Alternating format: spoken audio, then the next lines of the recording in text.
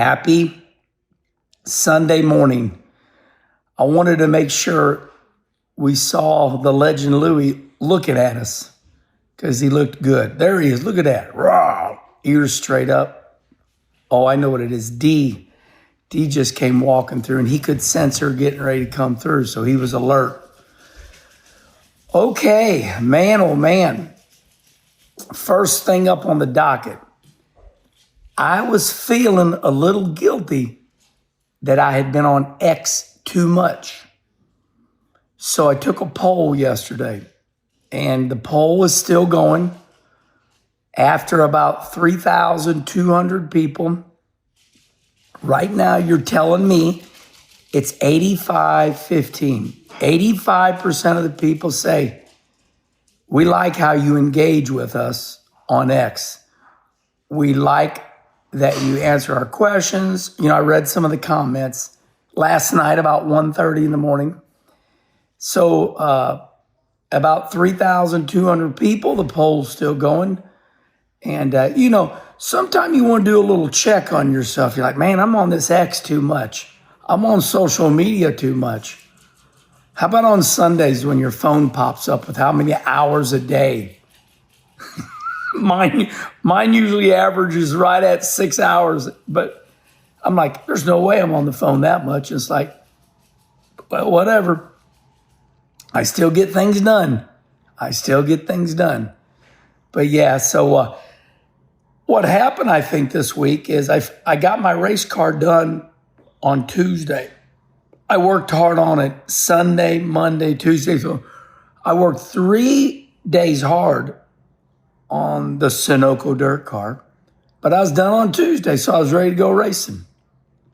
And then on Friday, we got heated out, canceled the races on Friday because of the heat. So there it is. Made me think, okay, we all right. It was JJ Yaley. JJ Yaley said, Herman, if you would do social media a little less, we'd like you more.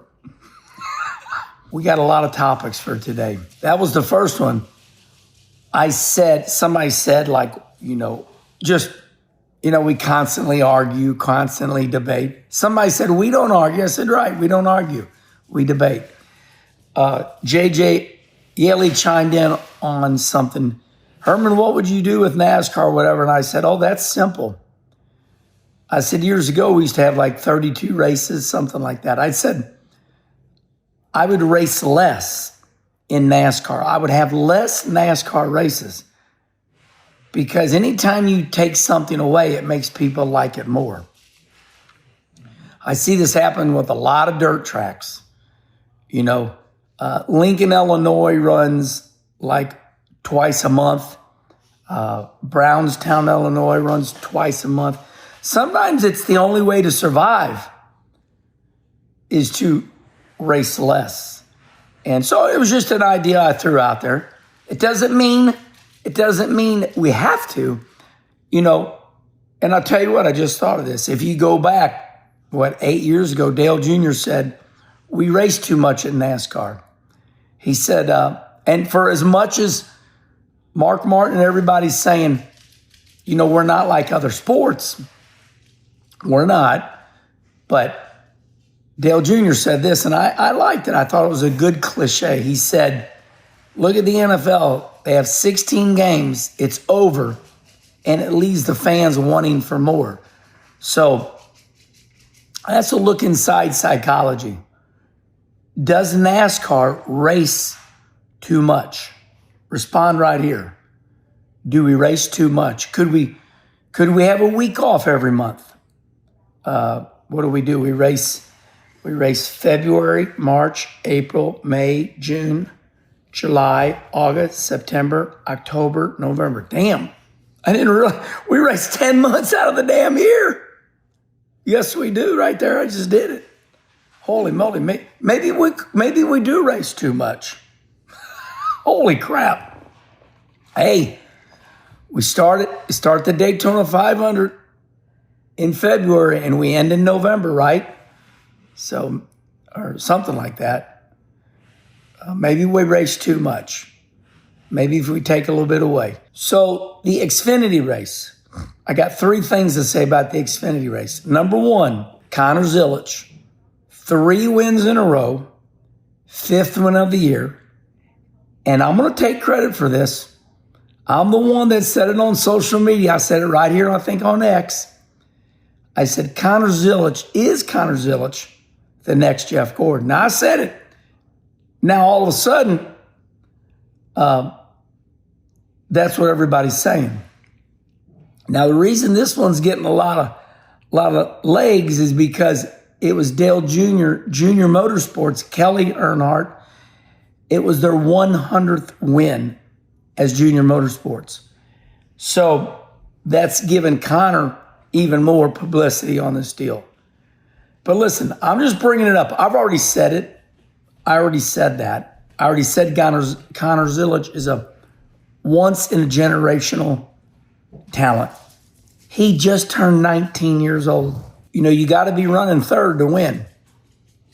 Or you got to put yourself in position to win.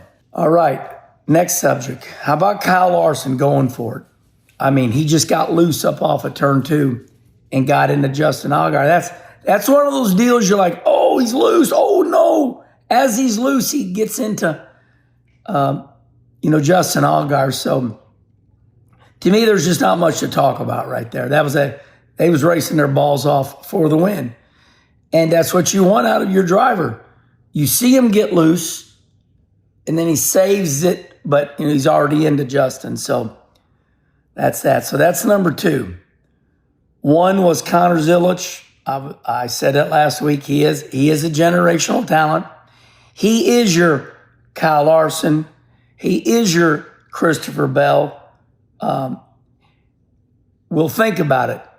I don't know if he's as great as Jeff Gordon, but I believe we have more talent nowadays. I think Jeff Gordon was the innovator. Let's put it that way. Let me be clear about that. Jeff Gordon was the innovator of young kids racing. Everybody started copying. It was John Bickford, his stepfather. Jeff told me this story. He said, Dad, I'm getting tired of racing. And John Bickford said, okay, son, let's go out on the lake. So they went skiing. They took a little break. So for all you parents out there, you say you want to be like Jeff Gordon, don't wear your kids out. John Bickford, Carolyn Bickford, Jeff's stepmother and real mom, they said, okay, let's take a break. So they went skiing and stuff, water skiing. And Jeff said, I think I want to race now. There's a lesson right there. Don't wear your kids out. Sometimes you wear your kids out. Okay. And for the one y'all been waiting for, Austin Hill. I'm not going to beat it like a dead horse. Austin, listen, I don't know you. Okay. And I'm a race car driver. This is funny what I'm going to say. I'm in the NASCAR Drivers Union. There's not one. I'm just joking. But Austin, you should have never been wearing white gloves. You should have never been wearing white gloves. You're And here's the problem. Everybody is so creative. They showed that deal in slow motion. I mean, man, Austin just got pissed, blew his lid, and turned left. And NASCAR, you can get away with moving somebody. You cannot hook anybody. And Austin, I'm sure you're a good guy. And I'm not throwing you in. I'm just saying, if you're going to do that, change the color of your gloves. You do know going down the back straightaway at Talladega, on that day that Earnhardt and myself ran 1-2 at Talladega, it shocked me too. The man in black, Dale Sr., he was wearing white gloves. And that's why you saw on that video, Dale Sr., the man in black, like this to me. Dale Sr.'s like this, and that big old paw come up, the big old white gloves, and the world could see it because it was on ESPN.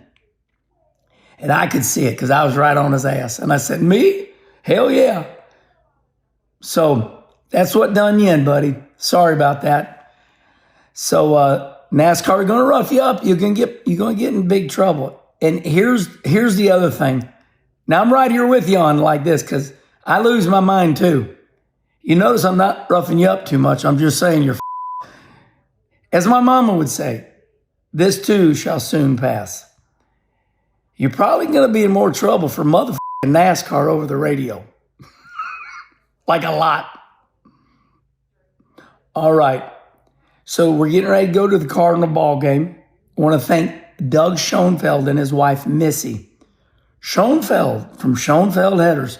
Doug come up from Arkansas, and he said, Herman. And he came to the dirt races last night. Almost forgot to tell you. I run second. Started fifth and run second. You go through those.